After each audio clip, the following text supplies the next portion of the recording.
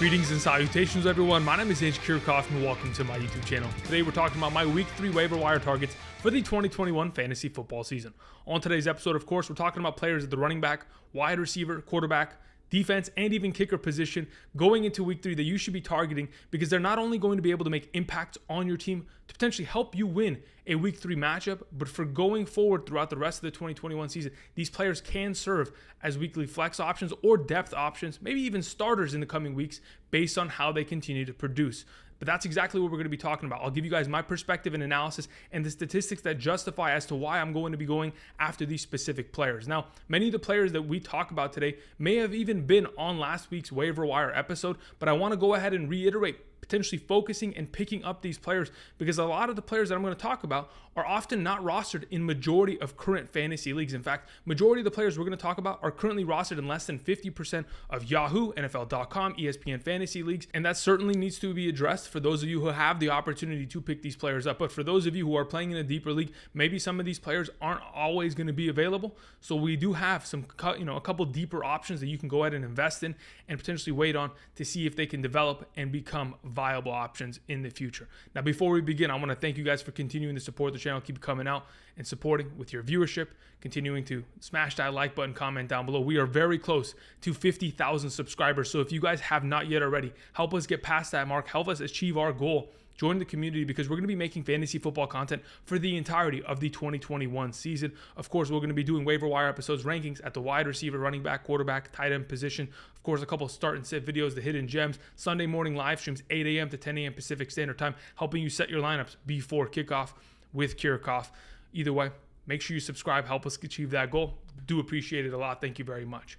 All right, so I'd like to, of course, welcome you guys to Overreaction Monday. Many of you may have had a player or two that did not perform well. I'll go ahead and I'll give you my little experience from this last Sunday night. Unfortunately, one of my games came down to me maintaining a very solid lead with Clyde Edwards-Helaire in my lineup playing against the Lamar Jackson, manager. And unfortunately, Clyde Edwards fumbling that ball lost me the game. In fact, by a fraction of a point. And though these things are going to tilt me, it's not all over. Just because the first 2 weeks of the 2021 fantasy football season haven't served you well, perhaps you played against the best overall team in that week who put up 170 points while you were the second highest scoring but managed to lose. It doesn't mean that your season is over. There's 14 weeks into the fantasy football playoffs. So we have to keep a cool head. We can't just, completely sell our entire roster right now. You got to continue to stay cool, calm, collected. And for those of you who are already 2-0 and you feel like you already won your league, you've got to also, turn it back a little bit. Yes, you've started off hot, but you got to continue to work on this team, try to improve it as much as you possibly can because when the bye weeks start to hit, if you don't have enough depth, you can be losing a lot of contests that are going to make a big difference. And that's why we want to go ahead and address the waiver wire so we can add depth to our roster and continue to strengthen our entire potential for the future. Now, outside of that, of course, there are going to be some players that you are upset about. We'll talk about some trade targets later on in the week. But as of right now, I want to, of course, immediately get into talking about some Week 3 waiver wire targets, beginning with the running back position. Now, I need to preface. I'm throwing Tony Pollard on the board, but as of this current moment in time, in Yahoo leagues, he is rostered in 53% of leagues worldwide right now. With that being said, there should be no leagues in which Tony Pollard is not rostered. We've talked about it ad nauseum. I mean, to be honest, anybody who has Ezekiel Elliott on roster should obviously have Tony Pollard unless you were sniped during your draft. There should be no excuse for not having Tony Pollard there. Now, with that said, of course, Tony Pollard's coming off of a week in which he played 34% of the offensive snaps, had himself 13 attempts for 109 rushing yards, a rushing touchdown, 3 targets, 3 receptions for 31 yards, and 21.5 half PPR fantasy points. Overall, an incredible performance. But the reason why I wanted to first and foremost mention Tony Pollard is because probably in majority of your leagues, he's already taken. And with that being the case, for those of you who have an opportunity to go grab Tony Pollard, great, go for it. Now, the reason why I wanted to preface as to what exactly I want to do with Tony Pollard is a very interesting prospect because, yes, he is a handcuff per se to Ezekiel Elliott, and there is a potential that he could be a two-headed monster in the coming future. Maybe they want to use Ezekiel Elliott and Tony Pollard like, for example, the Cleveland Browns use Nick Chubb and Kareem Hunt, or in years past we saw Mark Ingram and Alvin Kamara find success in the same backfield. I doubt that's going to be the case, but either way, If you are currently sitting on a roster in which you're like, you know what, I don't even need Tony Pollard, my running backs are solid, I'd still potentially go out to grab him if he's available in your league, because why not potentially have the keys to the kingdom of Dallas if in fact something happens to Ezekiel Elliott, on top of the fact that he could end up being a guy that gets more and more reps as the weeks go on and more part of this offense as they try to lean towards running the ball instead of airing it out every single week if the matchup doesn't present an advantage for the Dallas Cowboys passing scheme. So with that being said, Tony Pollard's number one. But for those of you who are currently in desperate need of a victory in week 3, and you're like, I need someone to throw into my flex, into my RB2 position. I'm already dealing with the Mostert injury, Elijah Mitchell injury, Josh Jacobs injury, Darrell Henderson. If you're dealing with those kind of current situations, I don't believe Tony Pollard will be your solution, because we don't have a guarantee that we can throw Tony Pollard into the lineup this upcoming week and that he's going to find success against the Philadelphia Eagles. There's no guarantee of that. But when we look at some of these other running backs who are PPR threats and guys that are playing 30% of the snaps but still getting themselves 8 to 10 touches per game, those are the guys that we want to potentially go after. And that's why I potentially present J.D. McKissic in the thumbnail as our number 2. Now, J.D. McKissic is coming off a week in which he played 43.66% of the Washington football team snaps. As of this current moment in time, he's only rostered in 29% of leagues. He had 4 rushing attempts, 10 rushing yards, and at the end of the first half was able to snake a rushing touchdown from Antonio Gibson. On top of the fact, he was able to get 6 targets, 5 receptions for 83 rushing yards. Let us not forget that J.D. McKissic was a receiving option for this team and a huge threat down the line, especially when he was getting himself 10 plus targets a week on a consistent basis when Antonio Gibson had late in the season sustained a toe injury. Now, starting off this year in week 1 against the Los Angeles Chargers, he wasn't really utilized much, but in week 2 was heavily used. Of course, Taylor Heineke is a quarterback that we've seen loves to kind of dump it off to the running back position, and maybe this is going to continue to be a thing. Let's not forget, J.D. McKissic had over 100 targets last year, and if that's going to continue to be the pace for this team, continuing to throw the ball, his 17.8 fantasy points that he put up last week isn't going to be a rare instance. In fact, it could be more and more common that he is in that 10-point range and at the back end of the RB2 conversation if the utilization is going to continue to be there. So like I mentioned, if you are in need of immediate help and a guy that you can automatically throw into your roster in a half PPR or a full PPR scoring format, J.D. McKissic is my suggestion at the position as it currently stands. Moving on to our number 3, we have another PPR option and threat that I mentioned last week. As of this current moment in time, James White is being rostered in 42% of leagues. Hopefully you went ahead and you addressed that, because obviously the number has increased a significant margin from last week. He played 49.15% of the offensive snaps. Again, being on the field for as much as he was fantastic. Had himself 5 rushing attempts, 20 rushing yards, 4 yards per carry, a rushing touchdown, which of course was exciting. And for the second consecutive week in a row with Mac Jones as a starting quarterback, he has received 6 or more targets that have led to 6 receptions in each games. Of course, this past week's contest, 6 targets, 6 receptions, 45 receiving yards, and 15.5 half PPR fantasy points. Again, as a threat in a full PPR format, if we're going to continue to see James White be utilized as consistently as he has in the first couple weeks throughout the entirety of the season, he is going to solidify himself easily as an RB2 or low-end RB2 prospect in fantasy football, because getting yourself potentially 12 points just off of your receiving work and having the potential for upside on the ground, if in fact Damian Harris needs to kind of be filtered out there, I think James White presents a lot of opportunity. And with the touches that he's getting in a full PPR, those receptions are extremely valuable and a guy that absolutely can be a flex option going forward. The fourth option I wanted to mention at the running back position is Cordarrelle Patterson. As of this current moment in time, Cordarrelle Patterson on Yahoo has the flexibility of being placed as a running back or a wide receiver. On ESPN, he is just particularly known as a running back. You could play him at running back. As it stands, he's only rostered in 15% of leagues, coming off of a performance in which, yes, on the ground wasn't very successful. Played against Tampa Bay. 7 rushing attempts, 11 yards, 1 rushing touchdown. Of course, snaked that from Mike Davis. And for those of you who are Mike Davis managers, yeah, this is going to hurt, because being able to see Cordarrelle Patterson get himself 6 targets, a total of 5 receptions, 58 receiving yards, and a receiving touchdown on a disgusting reception, 21.4 fantasy points. Did anybody even expect Cordarrelle Patterson to be good this last week? Absolutely not. But as this offense continues to struggle, they're not able to find many other receiving options outside of Calvin Ridley and or Kyle Pitts. They're just going to continue to filter it to their running backs. This upcoming week, they do take on the New York Giants, and hopefully they can continue to use their backs and get more utilization out of them. But As it currently stands, Cordarrelle Patterson is being heavily used in this offense, and it doesn't seem like they're stopping anytime soon. We saw him get a couple, tidbits of opportunity in week 1 against the Eagles, and obviously it took over at another level this last week with 2 touchdowns total. I think Cordarrelle Patterson is going to be a problem for Mike Davis, and for those of you who are in need of a player that you can flex at the running back and or wide receiver position in coming weeks, he does present some great opportunity.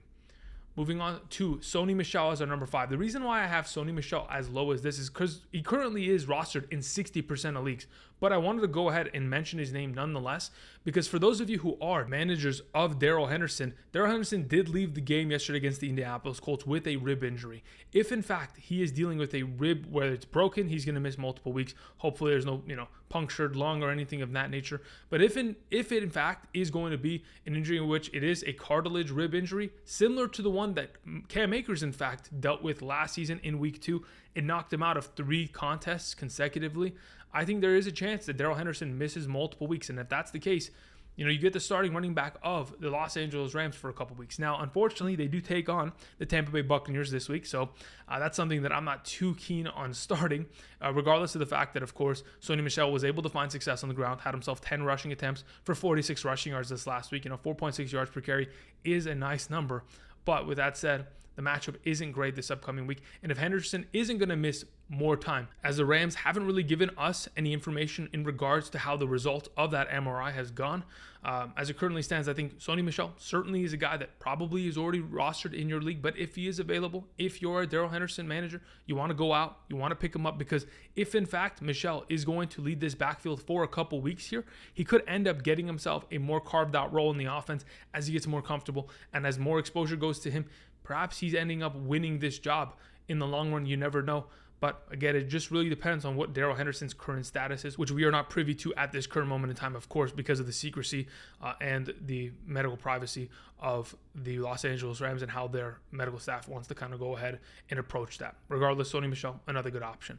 The last player that I wanted to mention is Jeff Wilson Jr.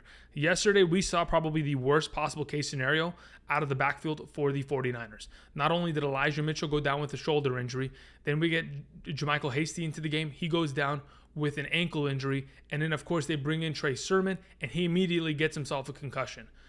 Sermon's probably not going to play for a couple weeks, concussion, and obviously wasn't brought into the game until after the first 2 backs were injured. I know that they're bringing in Trent Cannon and other running backs to try to work out for the team. I think Duke Johnson, but as it currently stands, I'm not interested in any of these guys unless it's going to be Jeff Wilson Jr. Jeff Wilson Jr. is currently on the injured reserve. He is kind of poised to come back in week 6, and if in fact he is able to come back week 6, week 7 for this organization, I mean, he ended the year as a solid starter, 20 plus fantasy points in multiple contests, and was getting the ball 20 plus times a game. If you can get yourself any share of Jeff Wilson, throw him on your injured reserve slot if in fact it's not already clogged up by another player. I think Jeff Wilson Jr. could play dividends in the long run because of how many injuries his backfield has already sustained, and their need, of course, of a solid back to come in and lead the bunch going forward. That's why I mentioned Jeff Wilson. All right, let's go ahead and move on, and let's begin by talking about the wide receiver position. Some of the names I'm going to mention here are guys that I already talked about last week, but we'll go ahead and once again present a couple players that certainly need to be mentioned, beginning with, of course, the player I just popped up on screen, Sterling Shepard. Sterling Shepard's coming off another incredible week. I mean, the amount of stats that he's put up: 10 total targets, 9 receptions, 94 yards, 13 fantasy points in a half PPR scoring format. Now, in a full PPR scoring format, of course, he is having himself incredible consecutive weeks. In the last 12 games since coming back from the injured reserve in 2020, he's averaged about 8.25 targets per game. Now, if you go ahead and isolate just the last 4 starts for him, of course, the beginning of the 2021 season and the back end of the 2020 fantasy football season. In the last 4 games, he's averaged 10 targets, 8 receptions, 99 receiving yards, and 0.75 touchdowns per game, and has averaged 20.4 fantasy points per game. Imagine that. Sterling Shepard has been a fantastic option for Daniel Jones, of course, specifically.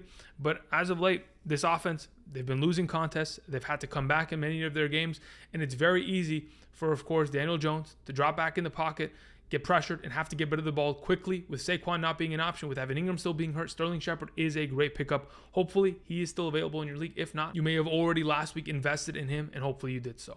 Moving on to our number 2, Rondale Moore, another player that we talked about last week, but my goodness, did he have his breakout performance. He's only currently rostered in 33% of leagues, coming off a performance of 8 targets, 7 receptions, 114 receiving yards, and a touchdown, 20.9 half PPR points. In week 1, he ended up having himself 8.8 fantasy points, and we knew that there was potential because of how potent this offense has been. But the reason why I, of course, want to mention Rondale Moore is because going forward, he could see more and more work in this offense. But I want to preface, if in fact we get to a point in which there's a lot of inconsistency from the wide receiver position within the Arizona Cardinals, do not be surprised. 1 week it's going to be DeAndre Hopkins scoring all the touchdowns with Christian Kirk. And in the next week, like it was this past week, AJ Green gets some touches, scores a touchdown. Rondale Moore gets some touches, scores some touchdowns. All of a sudden, Max Williams is over 70 receiving yards as a tight end for the Arizona Cardinals. And like we all know, they do not use the tight end position. So it was, extremely rare to see that. Regardless, there is going to be a lot of turnover and potentially a lot of inconsistencies here. But there's a reason why they went ahead and invested in this young receiver. Hopefully, him and Kyler continue to build a connection. Obviously, his touchdown was a bit of a fluke. He was pretty much naked open because the coverage pretty much broke down, and he walks into the end zone. So hopefully, we could just see more and more of these great performances and continue to rely upon him, and the consistency is there. Because again, the targets have been there as of late, and as long as those targets are going to continue to go in his direction, I find more and more confidence starting him and, of course, having him on roster. We move on to Darnell Mooney. Now, the interesting news that I want to talk about Darnell Mooney is, of course, yes, he is only rostered in 44% of leagues. Perhaps he's not available in your leagues.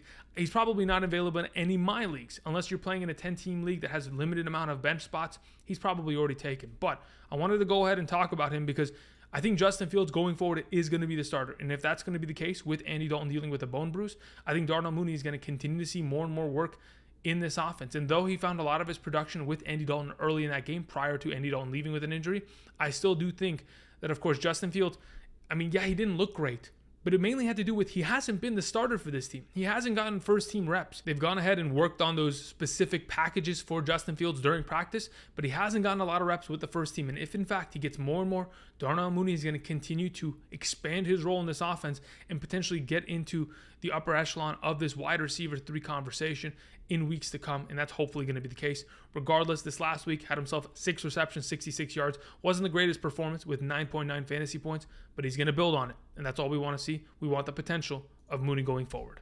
We have Henry Ruggs III. My goodness, Henry Ruggs. To be honest, the wide receiver position for the Raiders is very sketchy because we do see a lot of Hunter Renfrow. He's pretty much become the Cole Beasley of that offense. In terms of fantasy production as well. We saw a little bit of Bryan Edwards last week, a little bit of Zay Jones. This week it was more Henry Ruggs. Of course, Darren Waller is the consistent aspect of that offense at all times. Regardless, Henry Ruggs is only rostered in 35% of leagues, coming off a 7-target, 5-reception game, 113 receiving yards, and a touchdown, 20 fantasy points. Of course, a huge bomb over the top. But that's exactly why they want him on this team. There's a reason why they went ahead and drafted him as the first wide receiver off the board in 2020, because they knew the potential and they knew that this offense could end up creating an environment that could potentially help Henry Ruggs succeed. And that is what it's looking like. With Derek Carr throwing the ball for over 350 yards in back-to-back games, I think this offense is going to continue to churn out some victories here. They have a relatively favorable matchup going forward in some contests that should be exciting. Henry Ruggs is a guy that I want to potentially grab, put him on my bench, and see how he can succeed and potentially get him in my starting lineup in some better matchups. We move on to Tim Patrick, another player that we mentioned last week. Tim Patrick scores himself another touchdown. Yes, he is not going to see the work that Courtland Sutton did this last week, but he still gets himself his quota. Tim Patrick, when he succeeds, is pretty much 3 receptions, 30 yards, and a touchdown. That is pretty much his ceiling. And though that has been his ceiling in 2019 and in 2020 when he's asked to be a huge part of this offense, he still presents, 11 plus fantasy points in a half PPR scoring format. So if in fact you are in need of that, they play the Jets this week. It's an extremely favorable matchup. Of course, Tim Patrick continuing to be utilized in this offense and currently only rostered in, 22% of leagues? He didn't even the needle did not move for him last week and may not this week, but I just wanted to go ahead and mention him nonetheless. We move on to our last wide receiver option. We have KJ Osborn, who is only rostered in 3% of leagues, coming off of a performance in which he had 5 receptions, 91 receiving yards, and a touchdown for 17.6 fantasy points. I know majority of his production came off of one play, but this is the second consecutive week of 6 or more targets. In fact, in week 1 against the Cincinnati Bengals, 9 targets, 7 receptions, 67 yards. When, of course, Justin Jefferson was not able to find much success, Osborn was called upon. Even Osborn caught a reception from Justin Jefferson in week 1. But Osborn is becoming the number 3 receiving option on this offense. Of course, you saw how high-powered this offense can be when they were able to put up, 30-plus points against the Arizona Cardinals defense, a defense that, in my opinion, was supposed to be all the talk, but unfortunately did fall apart when Kirk Cousins was able to carve them up. But either way, KJ Osborn, a huge part of this offense potentially going forward, and a guy that I want to potentially invest in. Now, you may be wondering, where is players like Zach Pascal with Carson Wentz spraining both of his ankles? I don't trust the backup quarterback for the Colts. So going forward, Zach Pascal off the list. Otherwise, he would have been here. I promise you he would have been here. Going forward, Jalen Reagor did have a receiving touchdown, but it was called back. Of course, there was a penalty prior to the touchdown. Obviously, they move him back 10 yards, keep it moving. The whole question is, can Jalen Reagor and or Zach Pascal in the upcoming weeks be viable? I think Reagor probably more than Pascal because of the quarterback situation, and especially the upcoming matchup against the Dallas Cowboys. Keep an eye out for Jalen Reagor. We move on to the quarterback position. Let's begin by talking about our top 6. We just mentioned Kirk Cousins in relation to, of course, KJ Osborn, and there's a reason why I wanted to go ahead and mention Kirk Cousins, though he is rostered in 66% of leagues. If you are a Ryan Tannehill manager, you're here and you're specifically listening right now, and I know you are, because I'm a Ryan Tannehill manager, and I am suffering because he is not able to do anything without Arthur Smith. And hopefully that's going to change. But for now, we have to go ahead and we have to bench him. And there's a lot of great options in order to swap him out for. Kirk Cousins specifically, 244 yards, 3 passing touchdowns, 35 rushing yards, and 25.26 fantasy points. In week 1, had 22 fantasy points. He has to play against Seattle and Cleveland, then Detroit, then Carolina, then Dallas in the next 5 weeks. Incredible matchups. If he's available, scoop him up. Derek Carr is our next quarterback option. A guy that's only rostered in 26% of leagues is coming off of a 382 passing yard game. I think that's back-to-back consecutive games of over 380 passing yards. Of course, 2 passing touchdowns, 24.18 fantasy points. That's back-to-back weeks of 28 fantasy points or more. Of course, this upcoming week takes on the Miami Dolphins, then the Los Angeles Chargers, then the Chicago Bears. In my opinion, those matchups aren't difficult. He plays against the Chargers every single season. Miami, he was able to play against them last year, of course, left with an injury. Then Marcus Mariota came in, and then he carved up that defense. And then, of course, Chicago, though they looked good against Joe Burrow because Joe Burrow was throwing, 3 interceptions on consecutive plays. Ultimately, I still think Derek Carr in the coming weeks is a very viable quarterback option. Number 3, Teddy Bridgewater, another player that I mentioned last week. Bridgewater only rostered in 17% of leagues, 328 passing yards, 2 passing touchdowns, 21.22 fantasy points. He had 20.46 in week 1 against the Giants, plays against the Jets this week. If you are in need, and you are desperately in need of a quarterback change, Teddy Bridgewater against the Jets is an automatic success. I need 20 points. I can get it from him this upcoming week. Moving to Daniel Jones, another player that if in fact you are in need of some fantasy productivity, my goodness, despite how bad this offense has been, they scored 22 points with, of course, their kickers, kicking all those field goals. That being said, I really do think there's a potential in which Daniel Jones, who is only rostered in 19% of leagues, coming off a game in which he had 250 passing yards and a passing touchdown, 95 rushing yards and a rushing touchdown, 29.46 fantasy points. The week prior against Denver, had 21.38 fantasy points. I think the matchup this upcoming week against the Atlanta Falcons is quite advantageous, and that's why I potentially want to go after Daniel Jones, pick him up, because without Saquon getting much of the running work, we're seeing a lot of mobility out of Daniel Jones, and that is continuing to increase his overall value in fantasy. The next quarterback option is Justin Fields, because as of right now, like I mentioned earlier with Darnell Mooney, we do have Andy Dalton potentially missing a substantial amount of time with a bone bruise. Maybe he doesn't miss any time at all. But when they asked Matt Nagy earlier today, he did send out the PR team to quote-unquote say, Andy Dalton is a starter when he's healthy. But he is not healthy, right? They didn't say that, but that's pretty much the underlying message that they're trying to send. Andy Dalton did not return in that game yesterday, and though he didn't return, Justin Fields didn't look great. But I'll mention it again. Justin Fields has not played first-team reps at practice with these guys. He hasn't gotten as much opportunity with an Allen Robinson or a Darnell Mooney or Marquise Goodwin. He hasn't. And once he gets more reps with Cole Kmet and gains a little bit more of a feel with David Montgomery, then he'll be able to take over. And it only takes a couple weeks to do that.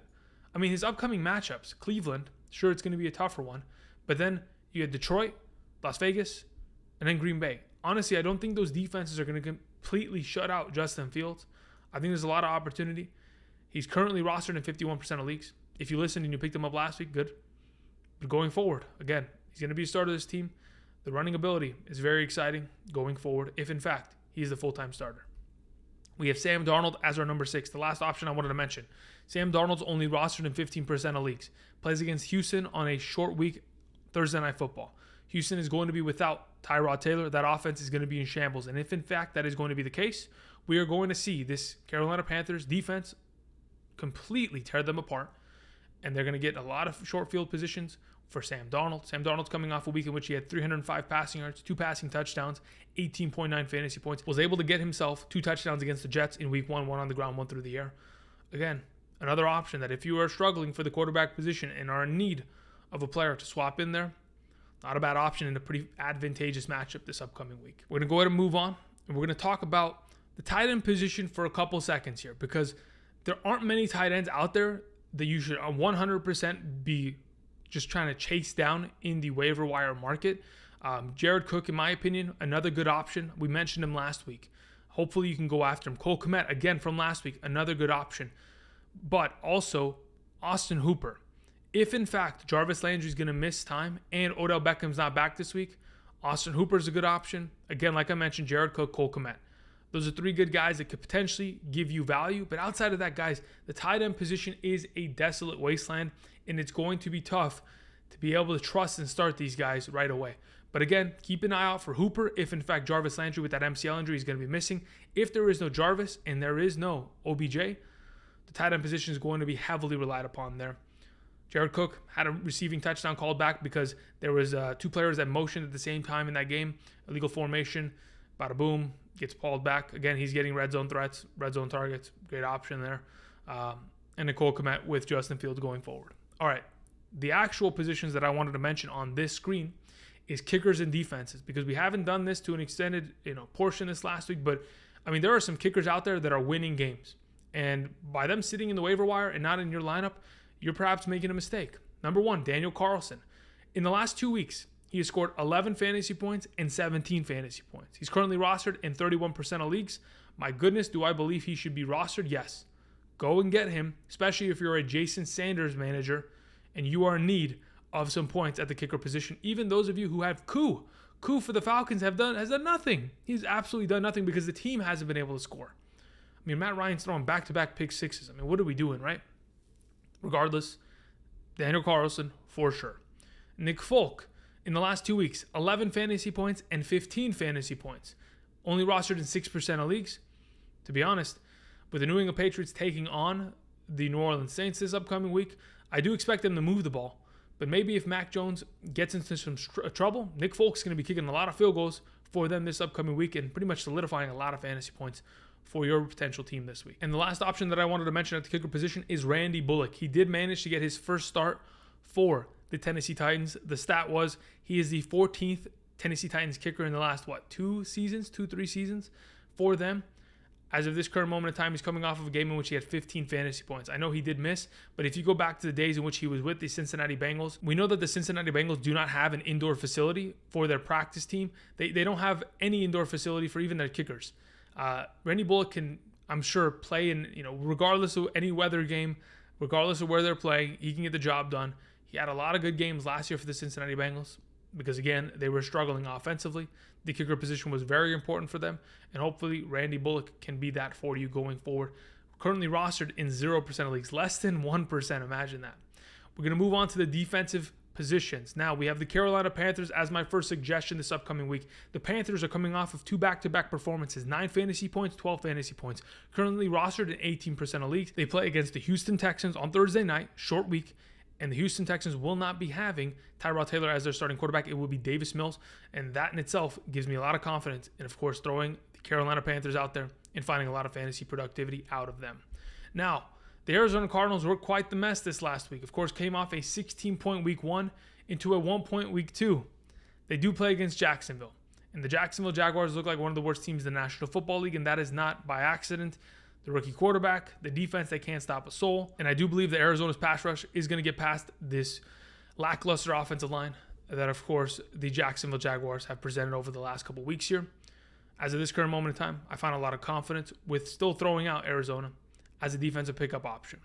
Thank you, everybody, for watching. I do appreciate you guys spending your time here today. For those of you who have not yet already, make sure you click that like button down below. And, of course, subscribe to the channel. We are very close to surpassing our 50,000 subscriber achievement. Enjoy the Monday Night Football game between the Green Bay Packers, who will be laying the wood on the Detroit Lions. Thank you very much. And until next time tomorrow, I'll see you guys. Peace.